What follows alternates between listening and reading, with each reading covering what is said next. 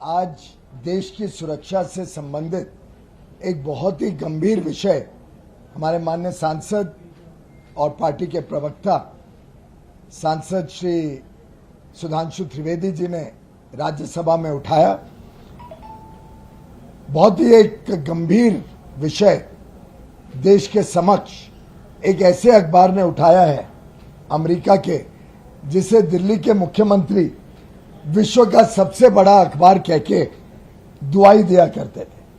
उसी अखबार ने पर्दाफाश किया है इस घमंडिया गठबंधन के नेताओं का, जिनके रिश्ते कम्युनिस्ट पार्टी ऑफ चाइना के साथ आज सबके सामने आए हैं।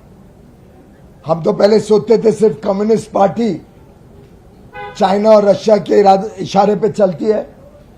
फिर ध्यान में आया 2007-8 में कांग्रेस के परमानेंटली युवा नेता भी चाइना के इशारे पे चलते हैं, उनके साथ एमओयू करते हैं, उनके कहने पे, उनके इशारों पे नीतियां बनाते हैं। आरसेप के गठबंधन में भी एक फ्री ट्रेड एग्रीमेंट में चाइना के साथ आर्थिक संबंध बढ़ाने की कोशिश करते हैं।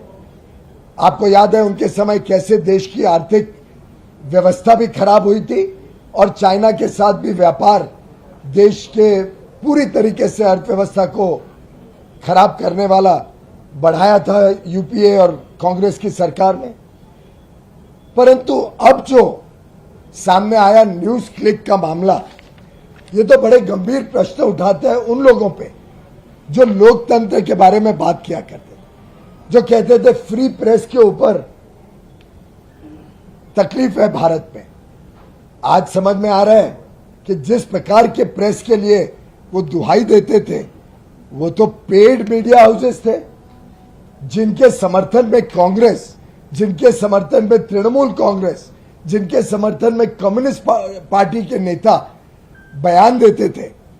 ये सब पेड मीडिया था जो फॉल्स नैरेटिव्स, पूरे झूठे देश को अस्वस्थ करने वाले नैरेटिव का प्रचार करते थे, जहां आतंकवादी भी एक पॉलिटिकल एक्टिविस्ट के रूप में पेश किया जाता था।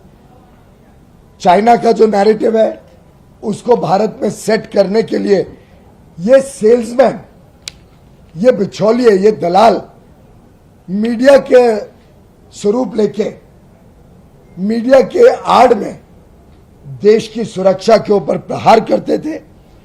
और इन्होंने एक ऐसा प्रोपेगेंडा का इकोसिस्टम खड़ा कर दिया जो सामान्य मानवी के ऊपर उनके मन में गलत फहमियां और गुमराह करने के लिए गलत बातों को प्रचार प्रसार करके और फिर अलग अलग प्रेस और मीडिया के फ्रीडम के नाम पे वो अपने दुकान को चलाने का काम करते थे।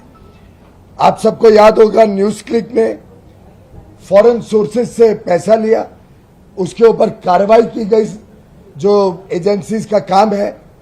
मनी लॉन्ड्रिंग का केस बना। यह भी सामने आया कि वो जो चाइना से आया था पैसा मीडिया हाउस के पास, उसको रूट करके गौतम नवलखा, जो एल्गर परिषद केस में माओइस्ट लिंक के कारण भीमा कोरेगांव केस में अरेस्ट हुए थे, उनको पैसा दिया गया इस मीडिया हाउस के माध्यम से। और करोड़ों रुपए इस मीडिया हाउस को विदेश से आए। और अब वो पूरा ट्रेल, जो अरविंद केजरीवाल जी का फेवरेट अखबार है न्यूयॉर्क टाइम्स, उसने आज पर्दाफाश किया है। साथ ही साथ जब इसकी जांच की जा रही थी तो आपने देखा होगा कांग्रेस के सीनियर लीडर दिग्विजय सिंह जी ने अपोज किया कि ये डेलिबरेट डिजाइन है फ्री प्रेस के ऊपर मोदी गवर्नमेंट का। उसी समय एक वरिष्ठ लॉयर अभिषेक मनु सिंघवी जी, कांग्रेस के नेता, ने कहा ये फेक रेड है। कांग्रेस के प्रवक्ता रणदीप सिंह सुरजेवाला जी, जो राहुल गांधी जी से बहुत निकट माने जाते हैं, उन्होंने कहा कि न्यूज क्लिक के ऊपर रेड मोदी सरकार का मंत्र है प्रेस को दबाने के लिए, सप्रेस करने के लिए, सब्जुगेट करने के लिए, स्टिफल करने के लिए। सीपीएम, जो कम्युनिस्ट पार्टी चाइना के इशारे पे चलती है, उन्होंने इन रेड्स को कहा attack on independent media. Trinamool Congress के राज्यसभा एमपी जवाहर सरकार ने कहा ये तो गुजरात के 2002 की तरह असॉल्ट है मीडिया के ऊपर। कार्तिक चिदम्बरम कांग्रेस के नेता और नए नए नेता कांग्रेस के साथ जुड़े, जो पता नहीं आज किसके साथ है, कभी तृणमूल के साथ होते हैं, कभी आरजेडी के साथ, वी हैव लॉस्ट ट्रैक। उन्होंने कहा कि न्यूज क्लिक को हम सपोर्ट करते हैं और ये रेड जो 80 घंटे चली है ये एक सरकार का एफर्ट है गैग करने का मीडिया।